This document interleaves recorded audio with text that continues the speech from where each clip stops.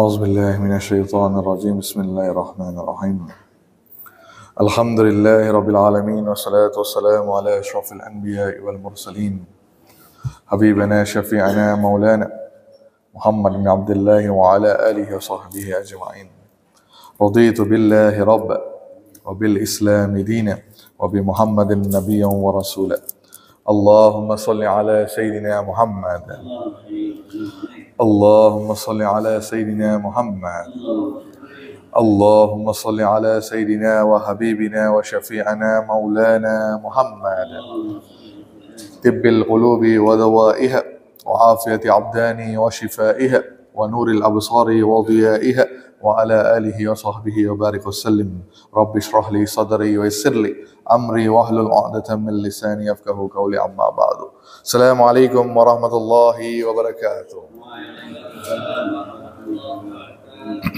Apa kabar jemaah Masjid Fastabiqul Khairat? Sehat? Gimana Isra wal Mi'rajnya? Udah selesai?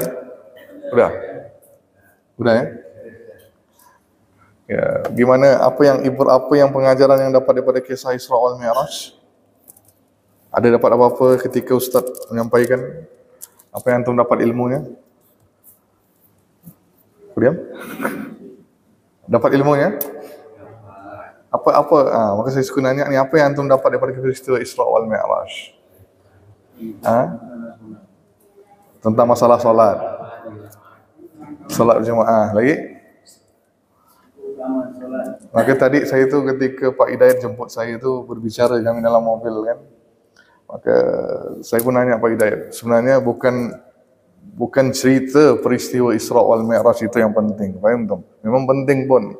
Kisahnya Nabi naik jumpa dengan Allah, sebelum tu jumpa dengan para rasul, diberangkatkan. Apa ibrah setiap tahun antum dengar kisahnya? Apa sebenarnya antum nak dapat daripada peristiwa Isra wal Mi'raj? Selain daripada solat berjemaah, selain fardu 50 waktu solat dan cerita itu semua tahu kita kan? Apa ibrah lain dari sisi lain yang boleh antum lihat? Nah, jadi alhamdulillah ketika saya diundang untuk Isra wal Mi'raj kali ini, saya ambil sisi yang lain. Sisi yang lain yang jarang kita dengar. Yang jarang kita dengar tentang peristiwa Isra wal Mi'raj. Mau tahu apa tidak nih? Mau tahu undang saya lah. Baik, sedikit saya beri. Saya beri sedikit sajalah supaya anda boleh tahu kan apa sebenarnya. Kan? Mau tahu atau tidak nih? Mau tahu? Saya beri sedikit ya. Baik. Banyak untuk apa? Jangan. Simpan untuk tahun depan, kata Pak Asif kan tahun depan lah ya. Simpan untuk tahun depan. Baik, sedikit saya berikan tipsnya ataupun ilmunya.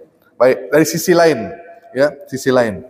Bila kita sebut Isra wal Mi'raj, semua tahu ayat yang kita akan sering bacakan, yakni surah Al-Isra ayat pertama. Dan ayat itu dah cukup dah menceritakan kepada kita tentang segala-galanya, yakni ayat surah Al-Isra ayat pertama, A'udzubillahi minasyaitonirrajim. Subhanallazi asra bi 'abdihi lailam minal masjidil haram ilal masjidil aqsa. Terus allazina barakna haulahu linuriyahu min ayatina innahu huwas samiul basir. Baik, ayat ni dah cukup. Oh, Allahu Akbar. Lengkap. Bagi saya dah banyak makna yang boleh antum dapat daripada ayat tersebut. Baik, yang pertamanya kita lihat ya. Allah mulakan dengan kalimat yang luar biasa. Subhanallazi. Betul? Apa maksudnya subhanallazi? Maha suci Allah. Ataupun Allah mulakan surah ini dengan kalimat awalnya, yakni kalimat tasbih. Betul? Subhanallah kalimat tasbih. Di dalam Al-Quran kalau anda lihat hanya ada 7 surah yang awalnya dengan kalimat tasbih.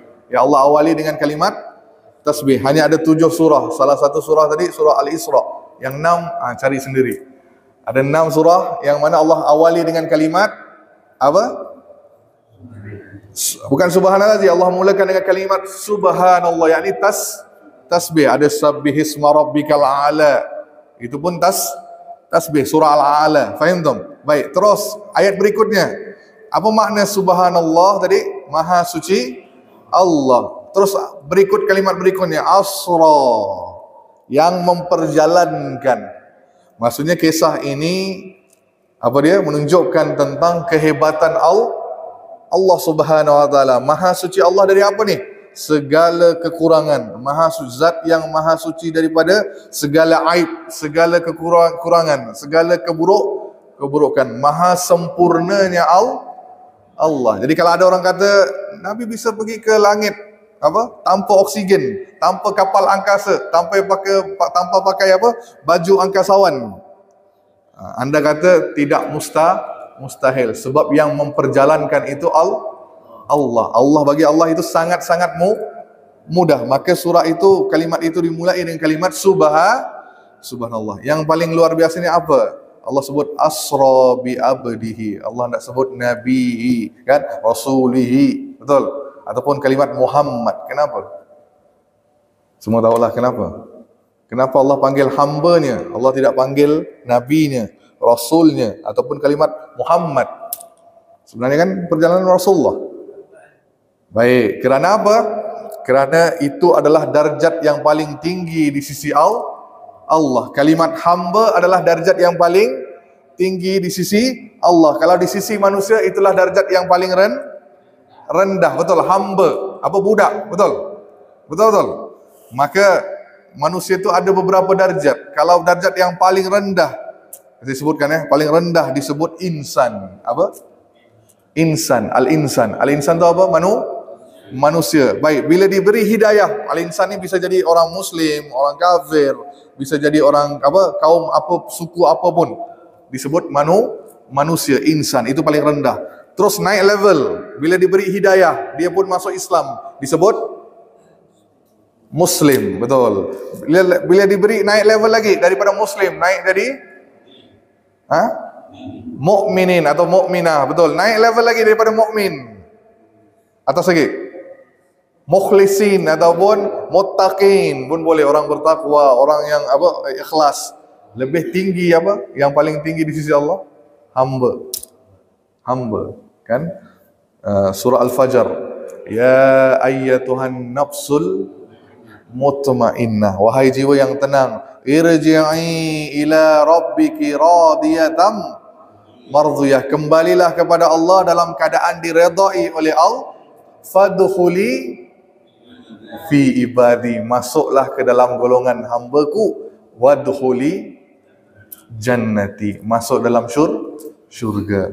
Jadi hamba dulu baru boleh masuk dalam syurga. Maka seolah-olah Allah memberitahu kita apa dalam ayat ni? Perjalanan ini Isra wal Mi'raj bukan tentang Nabi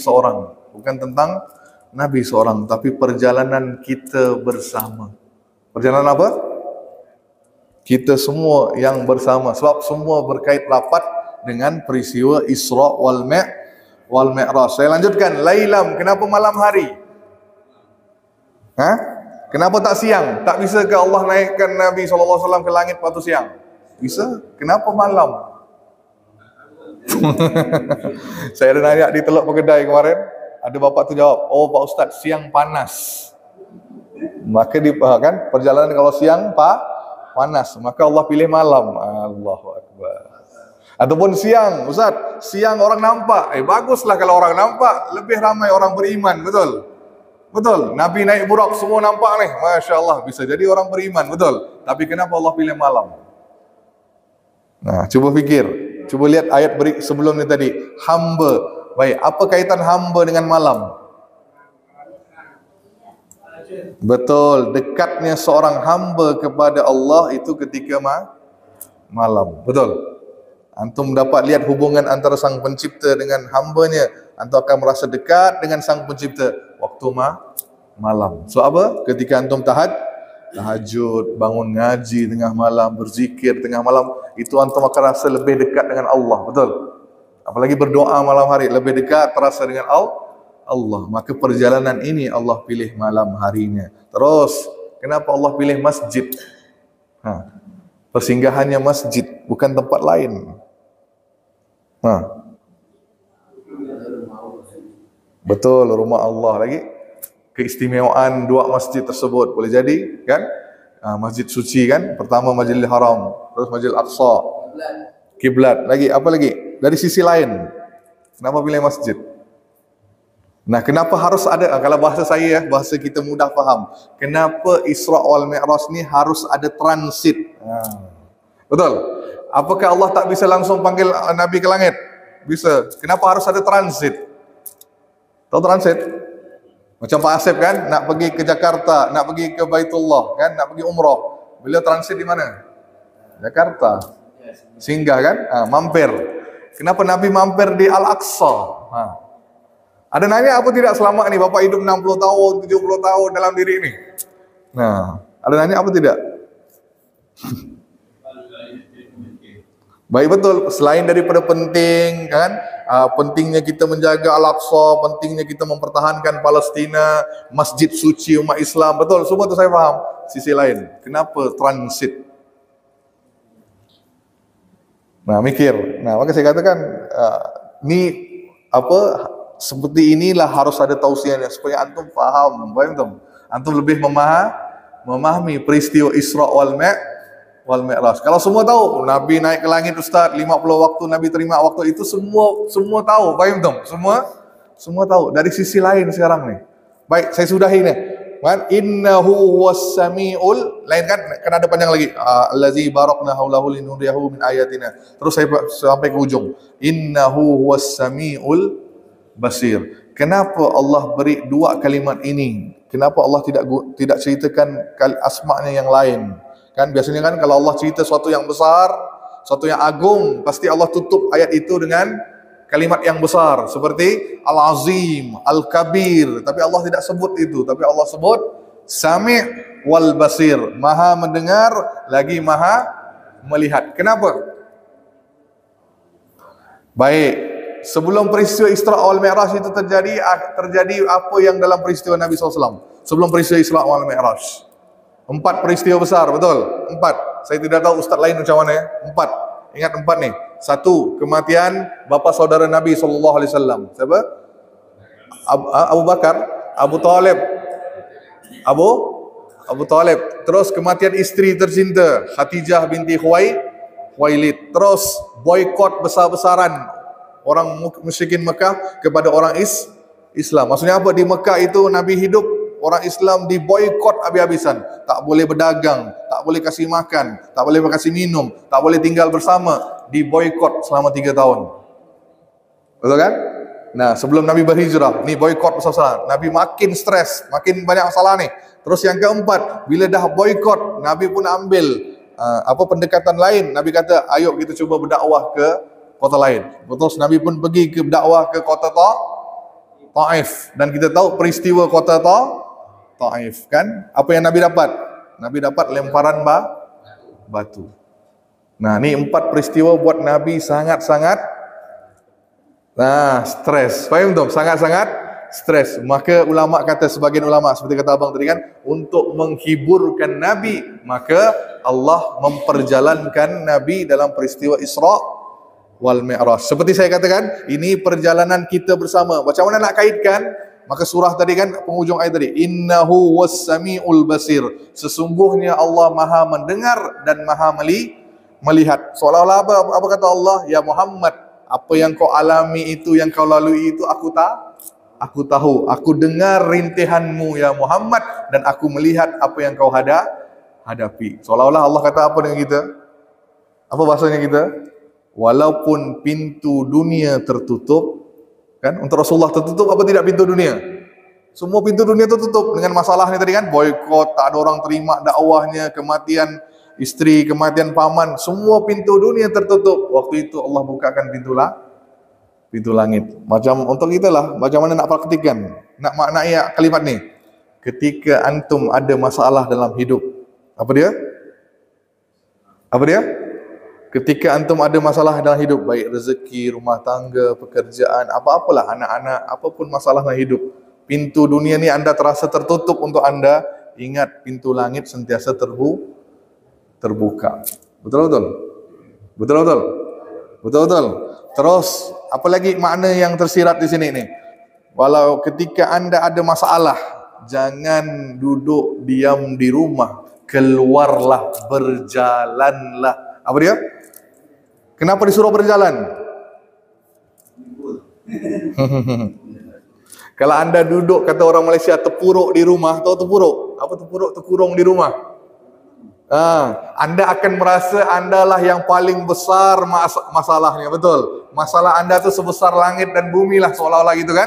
Tapi kalau anda mula berjalan keluar, maksudnya apa? Lihat sekeliling, anda akan melihat ada orang yang lebih besar masalah daripada anda. Betul? Betul? Betul? Kalau anda berjalan keluar, anda akan melihat di sekeliling ada yang lebih susah daripada anda, dan waktu itu anda akan merasa, ya Allah, masalah aku ini tidaklah sebesar mana. Betul? Maka inti daripada peristiwa Isra wal Mi'raj untuk kita tadi apa? Keluar berjalan dan juga keluar menuju ke mana? Nabi menuju ke Allah, betul? Kita pun keluar menuju Allah. Jadi ke mana kita pergi? Nah, di situ disebut salah satunya masjid. Selain masjid, boleh apa tidak pergi ke tempat lain? Boleh. Tempat-tempat yang kita boleh mengingati Allah. Contoh, ke pantai. Boleh apa tidak? Boleh. Ke air terjun. Boleh apa tidak? Boleh. Di situ boleh ingat Allah apa tidak? Bolehlah. Anda akan melihat kebesaran ciptaan Allah. Faham tak? Dengan itu anda akan merasa apa? Tidaklah sebesar mana masalah aku. Faham tak? Nah, ni sisi lain antum memaknai surah Al-Isra ayat 1. Faham tak? Kalau antum baca itu tadabbur, ini terjemahan. Faham tak? Yang saya sampaikan ini adalah tadabbur, memaknai dan mengimplikasikan ke dalam diri kita sendiri. Faham tak? Baik, singkat lagi. Nah, ketika Nabi berisra wal Mi'raj, siapa yang menemani Rasulullah? Okey, ada Rasulullah, ada Jibril, terus ada satu lagi. Buraq, betul. Jadi 3 makhluk Allah, ada Rasulullah, ada Jibril, ada Buraq. 3 ini mewakili 3 makhluk Allah. Betul? Rasulullah mewakili manusia, Jibril mewakili malaikat, dan Buraq mewakili Buraq itu apa? Dabbah, disebut dalam hadis Muslim kan, dabbah, binatang syurga. Jadi kita masukkan dalam binatang, haiwan. Okey, 3. Baik, 3 ini siapa yang paling mulia? Jangan sebut memang Rasulullah mulia. Saya sebut manusia, malaikat, binatang. Belum. Buraq mulia. Baik, dengar Pak ya. Dengar. Nah, ni saya suka ni semangat tadi kan. Nah. Darjat paling tinggi untuk makhluk susunan dari segi susunan kita kata. Yang pertama malaikat. So apa malaikat? Malaikat diberi akal, tidak ada nafsu. Betul? Ada akal, akalnya taat kepada Allah. Tidak ada nafsu, tak makan, tak minum, tak tidur, tak nikah. Jadi malaikat nombor 1. Nombor 3 paling bawah binatang. Betul? Binatang. So apa? Binatang tidak diberi akal tapi ada nafsu. Kalau di binatang diberi akal apa jadi? Anda boleh lihat sapi bawa mobil nanti. Betul. Maka binatang tidak diberi akal tapi ada nafsu. Sekarang nombor 2 manusia. Manusia diberi dua-duanya, betul? Ada nafsu, ada akal. Sekarang dengar baik. Yang pertama tadi apa? Malaikat. Kedua manusia. Yang ketiga haiwan. Baik, dengar ya. Kalau manusia itu berjaya mengawal nafsunya dan gunakan akal, maka dia akan tinggi darjat daripada malaikat. Betul? Tapi kalau manusia gagal, kalah dengan nafsunya, tak gunakan akal, maka darjatnya di bawah haiwan. Kan? Di bawah haiwan. Ini erti Isra wal Mi'raj. Belum selesai ni. Maka lihat dengan Nabi, dengar cerita kan? Nabi menunggangi Buraq, betul? Nabi menunggangi Buraq dipandu. Siapa yang pandu jalan? Siapa yang beri tunjuk arah? Baik. Nabi menunggangi Buraq dan dibimbing oleh Jibril menuju ke mana? Menuju, secara mudah menuju Allah, betul? Menuju Allah. Baik, sama juga dalam kehidupan ini. Anda yang sedang melalui kehidupan ini pun sama. Anda menunggangi buruk. Apa dia? Maksudnya apa sini? Menunggangi buruk maksudnya apa? Sekiranya Anda mengawal nafsu dan dipandu dengan malaikat tadi apa? Akal, betul. Buruk, nafsu, simbol nafsu, terus malaikat simbol akal. Jadi ingat baik-baik, Anda pandai mengawal nafsu, terus dipandu arah oleh akal, insya-Allah akan sampai menuju kepada Allah Subhanahu wa taala. Ini filosofi hidup. Betul-betul. Betul-betul. Pak Hidayat, betul-betul Pak Hidayat. Nah. Faham dong? Maka lihat dari sisi-sisi yang berbeda tentang Isra wal Mi'raj. Lanjut lagi insya-Allah ke depan. Kan kalau diundang lagi Isra Mi'raj gimana kan? Nah, baru kita cerita panjang lebar. Panjang lebar. Kenapa Nabi harus berjumpa dengan para nabi? Terus kenapa satu-satu tingkat tu ada di langit tu ada nabinya? Nah, apa maknanya? Terus kenapa Nabi Nabi diberi susu dan dan diberi, tahu apa tidak nih? Nabi diberi setelah sampai di Palestina, Nabi pun solat 2 rakaat di Masjid Al-Aqsa. Kemudian ketika keluar, Jibril membawa 2 minuman, satu laban, satu khamar. Laban dan khamar, susu dan arak. Baik, yang mana Nabi pilih? Jibril nawar dua-dua nih. Susu dipilih oleh Rasulullah. Maka Jibril pun kata, engkau telah ikut fitrah. Engkau telah memilih fitrah. Baik, apa makna untuk kita sekarang sini? Hidup ini 2 pilihan. Betul. Kalian ada susu, kalian ada hamar. Faham tak? Hidup ini hanya ada 2 pilihan. Sama ada anda nak beri susu ataupun anda nak beri hamar. Contoh ni, anda hilang pekerjaan, duit tak cukup. Kan? Duit tak cukup untuk menafkahi keluarga. Apa yang tuan anda buat? 2 pilihan. Satu, cari pekerjaan lain, itu bentuk susu, betul. Cari part time job, betul. Cari kerja lain, jual burger ke, jual kuih ke untuk nambahkan pendapatan, ataupun milih khamar, yakni yang haram, yakni apa? Merampok ke, mencuri ke, betul. Sama juga orang mencaci anda, mencela anda, memfitnah anda. Anda nak beri dia susu ke, nak beri dia khamar? Susu, anda maafkan dia, betul. Kalau khamar, caci maki balik lah. Betul. Nah, ini makna-makna yang ada dalam peristiwa Isra wal Mi'raj. Baik, wallahu a'lam bishawab. Mudah-mudahan bermanfaat. Baik, saya lanjutkan. Baik, cuba kita selesaikan tema tentang ibu bapa hari ini insyaallah. Kan supaya minggu depan kita boleh masuk ke tema yang baru, Adabul Mufrad ni. Baik, kita lanjutkan boleh ya? Lanjut. Baik, bab yang ke-13. Bab berbakti kepada orang tua yang musyrik. Bab berbakti kepada orang tua yang musyrik.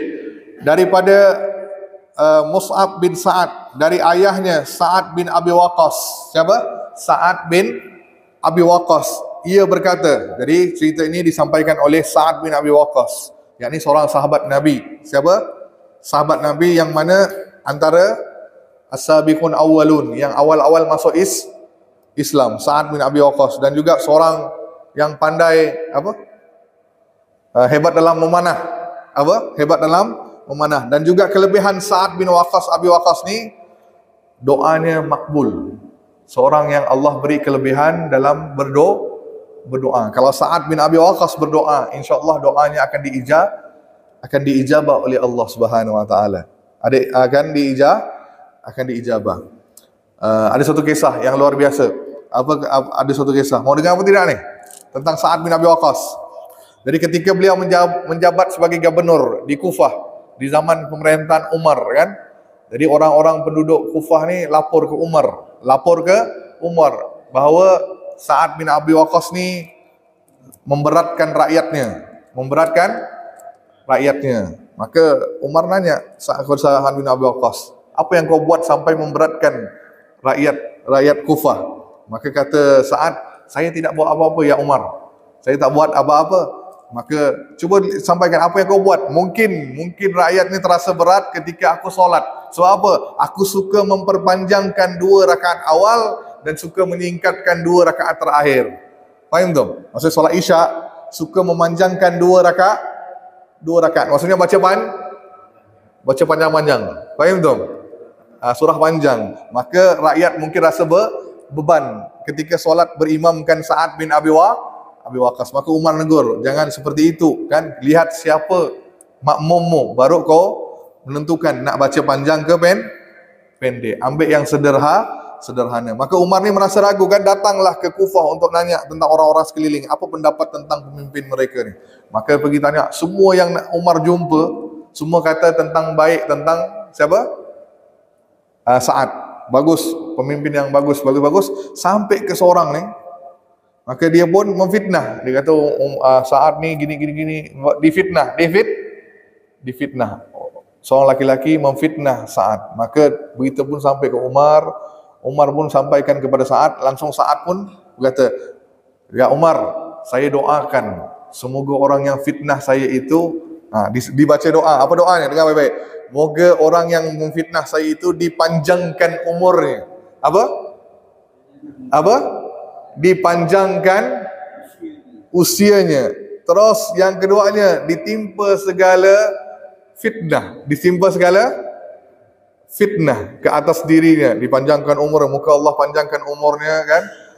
Dan dia mudah-mudahan dia tak bisa melihat, dan juga ditimpa fitnah. Ternyata orang yang memfitnah Sa'ad ini di hujung usia dia pun jadi sangat-sangat tua. Faham tu? Lebih 100 tahun.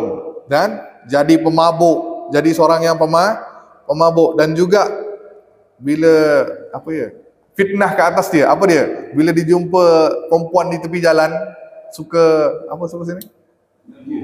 Ganggu perempuan di tepi jalan tu. Apa sebut sini? Gatal lah ya kan. Tua-tua daun keladi kan. Maka tua-tua makin menjadi kan, dah umur 100 lebih. Faham tu? Jadi orang tua ni jadi gatal, jumpa perempuan cewek di mana mau dipegang dia, apalah dia kan. Gara-gara apa tadi? Doa daripada Sa'ad bin Abi Waqqas, kerana doa orang yang terzalimi. Faham tu? Difitnah oleh laki tadi, maka Sa'ad mendoakan usia tak boleh dimati ni, harus panjang umurnya kan?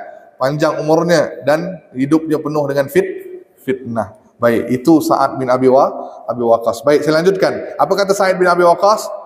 Ada 4 ayat dari kitabullah yang turun berkenaan dengan diriku. Apa dia? Ada 4 ayat yang Sa'ad bin Abi Waqqas kata turunnya kerana beliau. Apa dia? Dulu ibuku bersumpah tidak mau makan dan minum sampai aku meninggalkan agama Muhammad.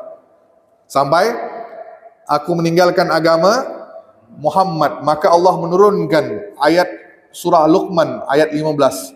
Surah Luqman ayat 15. Apa makna ayat tersebut? Auzubillahi minasyaitonirrajim. Wa in jahadaka ala an tusyrika bi ma laysa laka bihi ilmu fala tu'tihuma wa sahibuhuma fid dunya ma'rufa. Betul. Okey. Baik. Dan dan jika keduanya memaksamu untuk menyekutukan Allah dengan sesuatu yang engkau tidak mempunyai ilmu tentang itu, maka janganlah engkau mentaati keduanya dan pergaulilah keduanya di dunia dengan ma'ruf, dengan baik. Jadi ketika mana ibu Sa'ad bin Abi Waqqas ni seorang yang kafir, dia kata, kalau kau tak tinggalkan agama Muhammad, ibu tak mau makan, tak mau minum. Maksa siapa? Sa'ad. Maka sampai dia keluar Islam. Maka Allah turunkan surah Luqman ayat 15. Yang mana Allah kata, jika kedua orang tua kita maksa kita untuk mensyirikkan Allah, kan? Maka jangan mentaati mereka. Tapi dalam urusan lain, pergaulilah keduanya dengan baik. Maksudnya apa? Walaupun mereka kafir, walaupun mereka musyrik, tugas seorang anak sentiasa berbuat baik kepada kedua orang tua. Terus yang keduanya, aku pernah mengambil sebuah pedang yang aku sangat kagumi. Langsung aku berkata, ya Rasulullah, berikan pedang ini kepadaku. Maka turunlah ayat surah Al-Anfal, ayat yang pertama. Surah Al-Anfal ayat yang pertama. Yas'alunaka 'anil anfal. Mereka bertanya tentang pembahagian harta rampasan perang.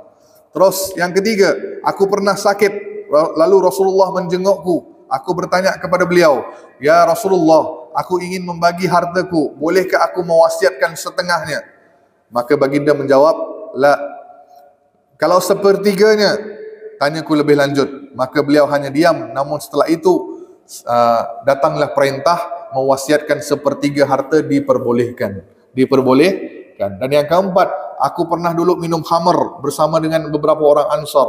Tiba-tiba salah seorang daripada mereka memukul hidungku dengan tulang rahang unta. Lalu aku menghadap Nabi SAW dan Allah menurunkan ayat yang mengharamkan minuman khamar. Surah apa tadi? Yang Al-Maidah, betul?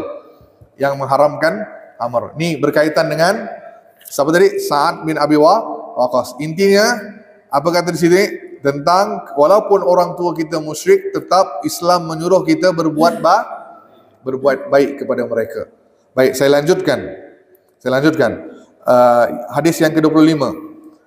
Asma binti Abu Bakar mengkabarkan kepada aku, ia berkata, ibuku yang musyrik datang kepada aku mengharapkan baktiku pada masa Nabi SAW. Maka aku bertanya kepada Nabi SAW, bolehkah aku menjalin tali silaturahmi dengan mereka? Maka Nabi menjawab, boleh. Jadi maksud di sini Asma binti Abu Bakar, salah satu anak siapa? Kakak siapa? Kakak Sayyidina Aisyah. Jadi ada yang bertanya kepadanya, ada seorang ibu ni musyrik, minta anak tu berbakti, walhal anak tu dah Muslim. Maka datang kepada Nabi nanya, boleh apa tidak berbakti padanya? Maka Nabi kata, boleh, tidak salah berbakti. Terus selanjutnya, apa fikih hadisnya? Anda boleh menyambung tali silaturahmi dengan kerabat-kerabat yang musyrik selama mana mereka tidak memerangi umat Islam. Jadi selama mereka tidak memerangi umat Islam, boleh. Baik, saya lanjutkan hadis berikutnya. Aku pernah mendengar Ibnu Umar bercerita. Siapa Ibnu Umar? Anak Sayyidina Umar. Baik, Umar pernah melihat jubah dari sutra yang dijual. Lalu ia berkata, ya Rasulullah, belilah jubah ini dan kenakan pada hari Jumaat dan ketika ada delegasi yang datang. Maka baginda menjawab, kalau aku pakai jubah ini hanya dikenakan oleh mereka yang tidak mendapat bahagian kebaikan di akhirat. Jadi Nabi dengan Rasulullah pernah pergi ke pasar, dan di pasar itu Umar melihat ada jubah, orang jual jubah daripada sutra. Maka Umar kata, ya Rasulullah, belilah jubah ini supaya nanti hari Jumaat kau pakai. Terus ataupun ketika ada orang tamu datang, VVIP datang, supaya kau nampak lebih wibawa lah kan, pakai jubah seperti itu. Maka kata Rasulullah jubah ini, orang yang pakai jubah ini nanti tidak akan mendapat bahagian di akhirat. Maksud apa? Larangan laki-laki memakai sutra, kain dari sutra. Terus di hari lain, saya lanjutkan hadisnya kan. Di hari lain Nabi diberi jubah itu, langsung Nabi mengirimkan ke Umar. Maksudnya ada sahabat yang belikan jubah itu, berikan hadiah kepada Nabi, jubah daripada sutra. Kan? Langsung Rasulullah hadiahkan kepada siapa? Umar, hantarkan ke Umar. Maka langsung apa kata Umar? Ya Rasulullah, bagaimana mungkin aku memakainya sedangkan engkau mengatakan pada hari itu tentang larangan kan? Dulu dia kata. Maka apa kata Nabi SAW? Aku memberikan kepadamu bukan untuk engkau pakai, tapi engkau juallah ataupun berikan kepada orang lain. Faham tak? Jadi lalu Umar mengirimkan jubah tersebut kepada saudaranya di Mekah yang belum beragama Islam.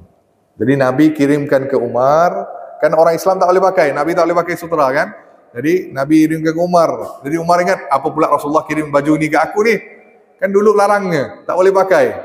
Ternyata Nabi kirimkan tu supaya Umar tu hadiahkan kepada orang lain. Maka Umar pun hadiahkan kepada kerabatnya yang belum masuk Islam di Mekah. Di sini apa maksudnya? Anda boleh memberi hadiah kepada orang-orang musyrik. Jadi tidak salah memberi dan menerima hadiah, selama hadiah itu yang baiklah. Jangan pula diberi hadiah khamar. Faham tak? Selama itu tidak langgar syariat. Contoh ada teman non muslim beri kita baju. Boleh apa tidak?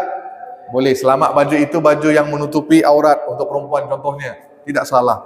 Bapak jangan mikir dia pakai duit haram, dia pakai, tak usah mikir situ. Faham tak? Lihat hukum asal. Faham tak? Apa hukum asal pakaian?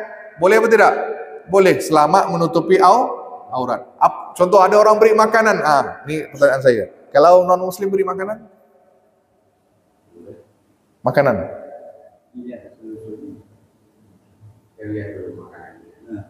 Betul. Lihat, dia bergantung, fikihnya bergantung pada kondisi makanan tersebut. Apa makanan? Kalau buah-buahan, tak ada masalah. Ataupun nasi kotak. Nasi kotak kita tahu itu cateringnya orang muslim. Boleh, tak ada masalah. Tapi kalau bab satu, terang-terang kalau makanan yang khamar ke langsung terang-terang haram, tak boleh. Faham tak? Terus kalau dia masak sendiri, tidak boleh. Masak sendiri. Campur. Nah, dia ada dua pendapat. Dengar baik-baik. Kalau dua pendapat, dia tidak. Okey, dua pendapat. Satu, kalau anda tidak melihat langsung dia masak, dan anda tidak melihat perkakas mana kan, tak tahu, tak pasti, maka balik kepada hukum asal makanan. Selama makanan tu halal, boleh. Tapi kalau antum mula ragu, jangan-jangan periuk dia pakai tu masak dengan bab satu, pakai minyak bab, itu dah unsurnya jatuh syubhah, malah antum dah ragu, haram. Faham tak? Haram. Jelas ya? Jelas ya? Ada dua pendapat di sini kan. Jadi antum pilih. Untuk langkah berhati-hati, kalau dia masak, baik kita hindari. Untuk langkah berhati-hati, tidak dia masalah. Faham tak? Faham tak? Jelas ya? Nah, lanjut. Ataupun antum lihat, pada ulama sampai kata lihat bekasnya. Antum perhatikan perkakasnya tadi, tidak ada yang, tak ada pula bab satu di situ lekat minyak bab satu ke apa. Antum perhatikan kan, tak ada najis, maka selamatnya boleh menggunakan bekas-bekas orang non muslim. Tapi kalau antum melihat ada apa, ada najisnya, maka tidak dibolehkan, haram. Faham tak? Ustaz, kalau dia minum boleh Ustaz? Cawan dia, walaupun dia makan bab satu lah, cawannya di cawan tu ada nampak bab satu apa tidak? Tak ada lah Ustaz, kan? Maka hukumnya asal boleh, selama tidak nampak. Faham tak? Tidak nampak ataupun lihat tiga kan, rasa, bau, apa lagi? Warna. Faham tak? Ni nanti kita masuk ke bab makanan. Saya lanjutkan. Kita habiskan ya. Kita habiskan bab yang ke-14 sampai bab 20 ni. Sempat dah ni? Sempat insya-Allah. Pendek-pendek hadisnya, tak panjang. Ni semua kita dah berulang. Kisahnya berulang. Baik, bab 14, tidak boleh mencela orang tua. Termasuk dosa besar orang yang mencela kedua orang tua. Maka para sahabat bertanya, mana mungkin ya Rasulullah anak mencela kedua orang tuanya? Maka Nabi menjawab, seseorang yang mencela orang lain lalu orang tersebut mencela ayah dan ibunya. Maksudnya apa? Ketika gaduh, kita mencela orang itu dan orang lain mencela kita dan keturunan kita. Itu maksudnya kita mencela orang tua kita. Faham tak? Antum mencela orang lain. Terus yang berikutnya, bab yang ke-15, hukum durhaka kepada orang tua. Ini penting. Hukuman durhaka kepada orang tua. Dari Abu Bakrah, dari Nabi SAW bersabda, tidak ada dosa yang lebih pantas untuk disegerakan balasannya bagi pelaku di dunia, di samping disimpan di akhirat, daripada balasan balasan daripada dosa al-baghyu. Baghyu maksudnya melampaui batas dan juga memutuskan silaturrahmi. Jadi dua dosa ini Allah akan awalkan azab di dunia. Yang pertama, durhaka, melampaui batas kepada orang orang tua. Dan yang kedua, memutuskan silaturahmi. Kalau anda buat dua ini, maka balasannya di dunia dipercepatkan dan Allah simpan juga di akhirat. Faham tak? Jadi tak ada penangguhan dosa. Contoh kalau anda membunuh, minum khamar, Allah kalau belum bertaubat, Allah tangguh dosa sampai akhirat. Faham tak? Tapi bab tentang orang tua dan juga apa tadi, silaturahmi, Allah akan percepatkan seksanya di dunia. Ingat tu, faham tak? Faham tak? Okey, yang ke-16. Kita sampai 20 berhenti ya.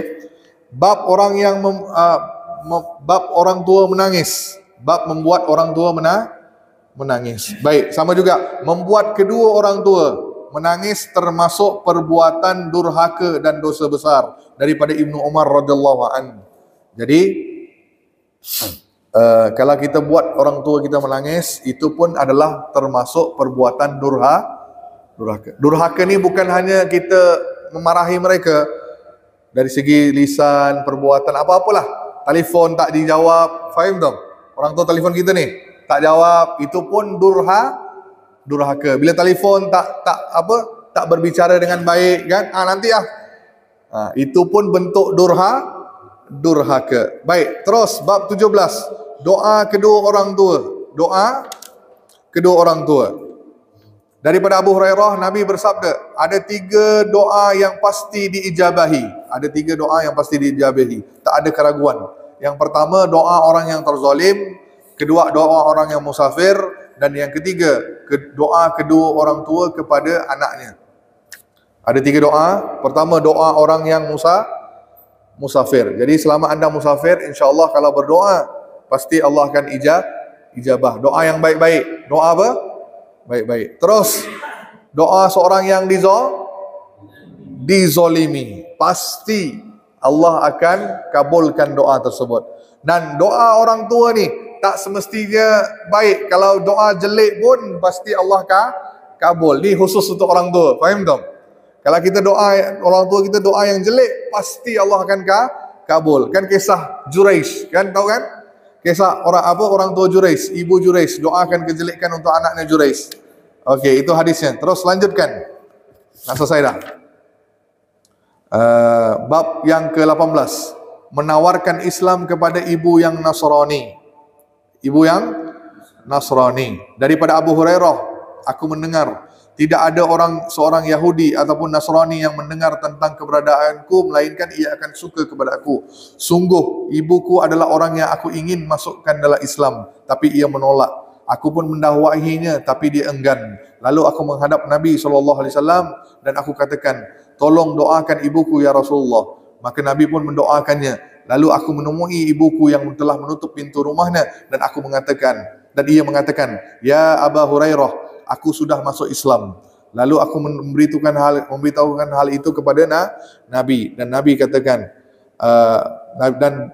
kepada beliau, mohon doakan aku dan ibuku. Maka Nabi pun mendoakan, ya Allah, jadikan hamba-hambamu Abu Hurairah dan ibu-ibunya dicintai oleh manusia. Jadi cerita tentang orang tua Abu Hurairah. Orang tua Abu Hurairah, ibunya seorang kafir, tapi Abu Hurairah ingin ibunya masuk Islam. Jumpa Nabi, minta doakan. Maka Nabi pun mendoakan, mudah-mudahan orang tua Abu Hurairah masuk Islam. Jadi ketika pulang ke rumah, tiba-tiba ibunya tutup pintu dan kata, wahai anakku, aku dah masuk Islam. Maka gembira. Sampaikan berita kepada Nabi, minta doakan. Maka Nabi pun mendoakan keduanya. Faham tak? Keduanya. Jadi ketika kita mendapat berita tentang seorang itu memeluk agama Islam, seseorang itu haruslah bergembira sebab kita mendapat sahabat yang baru. Baik, yang terakhirnya, penutup 19. Yang terakhir, bab berbakti kepada orang tua setelah meninggal dunia. Setelah keduanya meninggal dunia. Baik, ini penting. Mungkin ada yang nanya di sini. Ini yang penting untuk bapak-bapak ni. Kan? Apa dia? Bagaimana cara berbakti kepada orang tua yang sudah meninggal dunia? Baik, di sini disebutkan, saat kami bersama Rasulullah, ada yang bertanya, ya Rasulullah, adakah bakti kepada orang tuaku yang masih bisa kami kerjakan setelah orang tua kami tiada? Maka Nabi menjawab, naam, ada 4. Ada 4. Yang pertama, mendoakan dan memohonkan ampunan untuk keduanya. Jadi sentiasa doa keampunan untuk kedua orang tua kita. Yang kedua, menunaikan janji keduanya. Apa dia? Menunaikan janji. Jadi kalau orang tua kita pernah berwasiat, ada janji, tunaikan. Kita sebagai anak, tunaikan. Yang ketiga, menghormati teman-teman keduanya. Kalau mereka ada sahabat, kita datangi, jaga silaturahmi. Dan yang keempat, menyambung tali silaturahim kepada kerabat-kerabat mereka. Nah, siapa?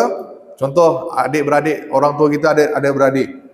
Paman, bibi. Kita walaupun orang tua kita tidak ada, kita memang dekat, harus dekat dengan mereka. Faham tak? Layan macam mana kedua orang tua kita. Dan terus di hadis yang lain Nabi menambah. Tadi 4 kan? Ada 4, betul. Yang pertama tadi apa? Doa. Yang kedua, tunaikan janji, hormati temannya. Dan yang keempat, sambung silaturahmi kepada nasab mereka, betul. Nasab, baik. Sekarang ada penambahan satu lagi di hadis yang lain. Ada seorang laki-laki berkata, "Ya Rasulullah, ibuku telah meninggal dunia dan beliau belum sempat berwasiat." Belum sempat wasiat. Apakah sampai kepadanya apabila aku bersedekah atas namanya? Jadi anak ni orang tua dah meninggal. Jadi datang jumpa Rasulullah, "Ya Rasulullah, orang tua aku dah meninggal. Bolehkah aku bersedekah atas namanya?" Maka Nabi menjawab, boleh. Jadi tambah 5. Jadi bersedekah atas nama orang tua kita. 5 amalan ini membolehkan kita mendapat bakti orang tua kita sesudah mereka meninggal dunia. Baik, wallahu alam bisawab. Baik, dah selesai dah bab tentang apa tadi? Orang tua. InsyaAllah minggu depan masuk bab ataupun tema silaturrahim. Silaturrahim. Baik, ada pertanyaan? Bu? Sudah jelas? Ada pertanyaan? Masya Allah. Ada Bapak Salam. Silakan Pak. Tadi Pak Ustaz menjelaskan ciri-ciri orang yang baru menentukan suatu makanan yang halal atau haram. Bismillah. Ciri-cirinya apakah dengan ini apa tipe dua atau itu atau ada lagi teknis lain yang menentukan yang masuk kategori ragu. Baik. Ketika anda ragu, maksudnya kategori ragu, selain daripada bahannya, terus perkakas dia gunakan, kan? Apa lagi yang lain? Apa lagi yang lain? Setahu saya itu. Iya, dari mana dapat makanan? Ragu di sini kalau bab tentang duit mana dia beli itu tak usah. Dia pakai duit apa itu terserah dia, faham tak? Itu tak perlu kita ragui lagi, faham tak? Walaupun duitnya duit haram lah, dia pakai judi ke apa itu terserah dia. Sebab itu tak penting. Tapi dalam bab makanan tadi tu, asalkan dia ada unsur haram maka kita tolak. Baik, memang jelas-jelas dia pakai minyak ni kan, bahannya. Terus perkakas yang dia guna. Kan? Apa? Periuk, piring. Kan? Kita takut bercampur dengan yang lain. Kan? Dia memang masak ayam, tapi sebelumnya dia masak pakai Nah, jadi takut situ, gitu Pak. Lihat perkakasnya, lihat bahan yang digunakan untuk memasak. 2 tu dah cukup untuk meraguinya. Maka kita tak boleh, kalau dah ragu, lebih baik tinggalkan, jangan diambil. Ya, dia ambil, maksud terima, jangan nolak. Tak mau ni ada bab 1 lah. Terima, takut tersinggung dia kan. Terima, tapi jangan kita makan. Tapi kita berikan pada, jangan orang lain pula diberikan. Beri pada haiwan, jangan buang langsung lempar ke tong sampah lah. Jadi beri pada haiwan Pak, ataupun non muslim teman kita yang lain. Gitu. Itu saja Pak ya.